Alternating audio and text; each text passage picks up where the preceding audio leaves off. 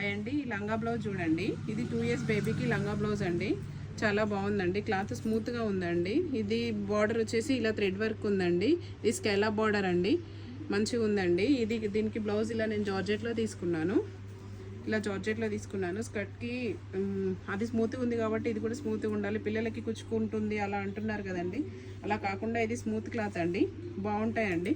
ఇలా చూడండి blouse skirt చాలా బాగుందండి. ఇది ఇలా ఉందండి. ఫ్యాబ్రిక్ వచ్చేసి ఇలా ఉన్నాయండి. ఇందులో కలర్స్ ఉన్నాయండి. ఇప్పుడు నేను చూపించిన లంగా బ్లౌజ్లో కలర్స్ ఉన్నాయండి.